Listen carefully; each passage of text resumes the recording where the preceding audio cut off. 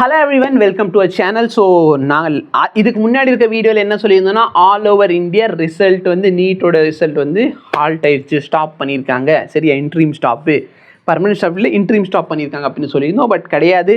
நேற்று வந்து அந்த கோட் பற்றின மற்ற டீட்டெயில்ஸ் எல்லாம் படிக்கிறப்போ ஒரு சில விஷயங்கள் எல்லாம் வெளியே வந்துச்சு. சரிங்களா, இது வந்து ரிட் பெட்டிஷன் நம்பர் 17344. ஓகேவா, என்னைக்கு ஃபைல் பண்ணியிருக்காங்கன்னா 9ஆம் தேதி ஃபைல் பண்ணியிருக்காங்க. 13ஆம் தேதி போல் ஹியரிங் நடந்திருக்குது. 13ஆம் தேதி ஹியரிங்கில் என்ன சொல்லியிருக்காங்கன்னா, என்டிஏ வந்து எங்களுக்கு ஒரு நாள் டைம் கொடுங்க, நாங்கள் பதிலோட வரோம். சரியா, ஸோ 13ஆம் தேதி சொன்னதுனால இவங்க என்ன பண்ணியிருக்காங்கன்னா, ஒரு நாள் டைம் கொடுத்துட்டு 15ஆம் தேதி அடுத்து ஹியரிங் வச்சுக்கலாம் அப்படின்னு சொல்லிட்டு list the matter on 15th அப்படின்னு சொல்லி முடிச்சுட்டாங்க. சரிங்களா, ஸோ 15ஆம் தேதி என்ன ஆச்சு அப்படின்னு பார்த்தீங்கன்னா, 15ஆம் தேதி என்டிஏ சார்பாக யாருமே அந்த இடத்துல வரல. என்டிஏ சார்பாக அவங்க யாருமே வராதனால, சரிங்களா, ஹைகோர்ட்டில் என்ன முடிவு பண்ணிட்டாங்கன்னா, result of NEET UG shall not be, சரியா, த ரிசல்ட் ஆஃப் இதையும் கிளிக் ஆக மாட்டேங்குது, the result of NEET UG shall not be declared by the respondent. So respondent யாருன்னா என்டிஏ. ஸோ இதான் சார் கடைசியாக நடந்தது.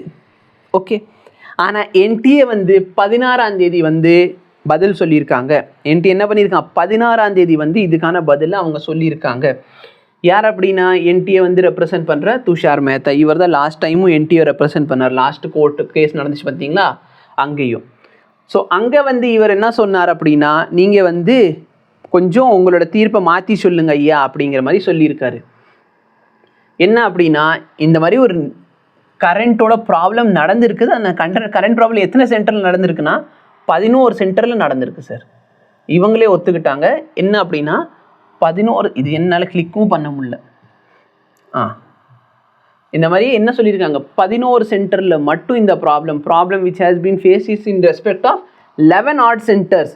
அப்போ அந்த சர்க்கம்ஸ்டன்ஸில் the order may be modified. சரிங்களா, உங்கள் தீர்ப்பை கொஞ்சம் மாற்றி சொல்லுங்கள். என்ன மாற்றி சொல்லுங்கள், the respondent may be allowed. Respondent யார் சார், என்டிஏ ரெஸ்பாண்டன்ட். அப்போ ரெஸ்பாண்டண்ட்டை அலோவ் பண்ணுங்க. இந்த 11 சென்டர் தவிர்த்து மிச்சம் இருக்கிற எல்லா சென்டரோட ரிசல்ட்டை டிக்ளேர் பண்ணுறதுக்கு எங்களுக்கு பர்மிஷன் கொடுங்க அப்படின்னு சொல்லி கேட்டிருக்காங்க. அதே மாதிரி என்ன சொல்லியிருக்காங்கன்னா, ஏன் இந்த மாதிரி பவர் கட் ஆச்சு, என்ன ப்ராப்ளம்ங்கிறது நாங்கள் 19ஆம் தேதி கிட்ட சொல்லிடுறோம். ஓகேவா, 19ஆம் தேதி போல் என்ன ப்ராப்ளம், ஏன் சார் இந்த லெவல் பிரச்சனை நடந்துச்சுங்கிறத நாங்கள் சொல்கிறோம் அப்படின்னு சொன்னதுங்க. இந்த கவுன்சிலிங் ஃபார் த பெட்டிஷனர் வந்து பெட்டிஷனர் போட்டவங்க இல்லை சார் அதெல்லாம் முடியாது சார். ஏன்னா சப்போஸ் அவங்களுக்கு மட்டும் ரிசல்ட் டிக்ளேர் பண்ணிட்டு எங்களுக்கு ரிசல்ட் டிக்ளேர் ஆகலைன்னு எங்கள் பசங்க கடைசியில் நல்ல மார்க் எடுத்திருந்தாலுமே எங்கள் பசங்களால் கவுன்சிலிங்கில் அப்பியர் பண்ண முடியாது. அதனால் எங்கள் எல்லாருக்கும் சேர்த்தே ரிசல்ட் கொடுங்க அப்படின்னு சொன்னாலும் இவங்க என்ன பண்ணியிருக்காங்கன்னா, கன்சிடர் பண்ணலாம், இவங்க சொல்கிறதே நம்ம கன்சிடர் பண்ணுவோம். அப்போ நாங்கள் 15ஆம் தேதி கொடுத்த வாக்கை மாற்றுறோம்.